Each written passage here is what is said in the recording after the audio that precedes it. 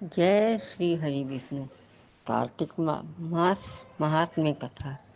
कार्तिक का महीना भगवान विष्णु को अति प्रिय है। इस महीने स्नान दान, दीपदान, तुलसी पूजन, जप तप का करने का फल पुण्य बहुत महत्व है। इसलिए मनुष्य को जो भी हो सके इन नियमों का पालन करना चाहिए। नैमिषारण्य तीर्थ में श्री सूत जी महाराज 88,000 ऋषियों से बोले, अब मैं आपके सामने कार्तिक महात्म्य की कथा सुना रहा हूँ, जिसे सुनकर मनुष्य सभी पापों से छूटकर वैकुंठ धाम प्राप्त कर लेता है। श्री सूत जी बोले, भगवान श्री कृष्ण से आज्ञा लेकर नारद जी के चले जाने पर सत्यभामा प्रसन्न होकर श्री कृष्ण से बोली, हे नाथ, मैं धन्य हुई, मेरे माता पिता धन्य हैं, जिन्होंने मुझे जन्म दिया। मेरा जीवन सफल हुआ। जो आप हुई 16,000 रानियों में सबसे अत्यधिक प्यारी हैं। मैंने कल्प वृक्ष पुष्प आदि आपके साथ नारद जी को दान में दिया, जिसकी बात भूल मृत्यु लोक में कोई नहीं जानता। आज वही कल्प वृक्ष मेरे आंगन में सदा लहराता है। हे स्वामी, अब मैं इस समय आपकी परम पत्नी हूँ।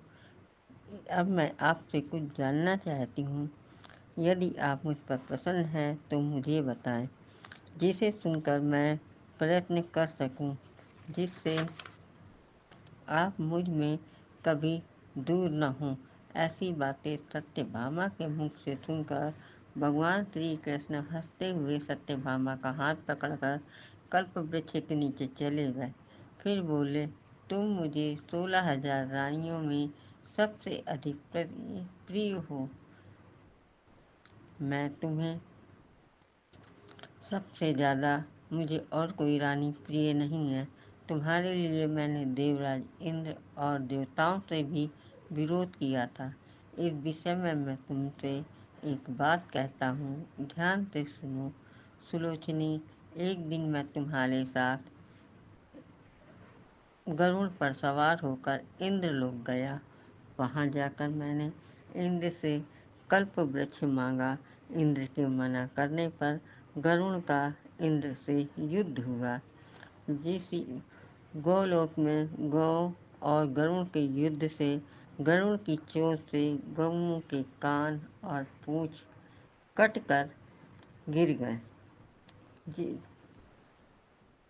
धरती पर गिरने से उनके कान से तंबाकू और पूंछ से गोभी तथा रक्त से मेहंदी की उत्पत्ति हुई, जिसके सेवन को से मोक्ष की प्राप्ति नहीं होती। और गौओं के सींग से गरुड़ के 3 पंख कटकर पृथ्वी पर गिर पड़े। उन 3 पंखों से एक नीलकंठ, मोर और चकवा चकवी उत्पत्ति हुई, जिसके दर्शन से गरुड़ जी के दर्शन के बराबर का फल मिलता है और वैकुंठ की प्राप्ति होती है। भगवान बोले, जब मैं तुम्हें सब कुछ दे सकता हूँ तो क्या तुम्हारे इस प्रश्न का उत्तर नहीं दूंगा।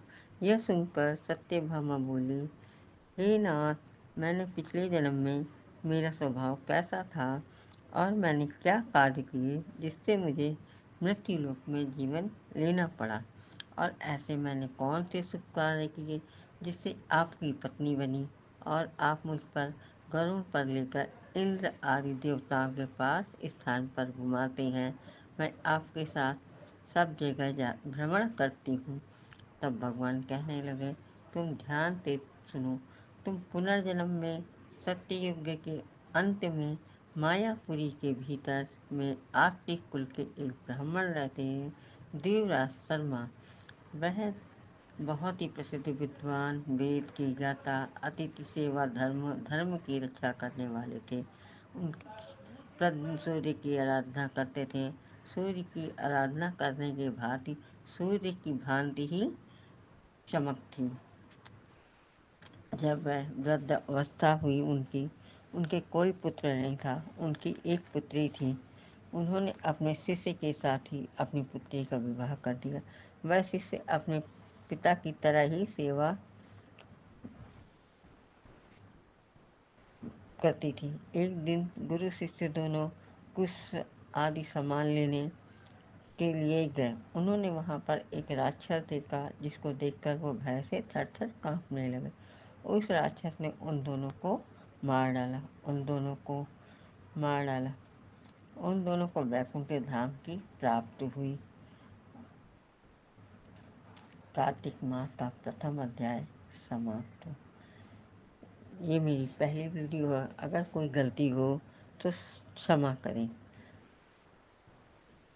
और मेरी वीडियो को लाइक और शेयर करें। कार्तिक मास महात्म्य का प्रथम अध्याय समाप्ति।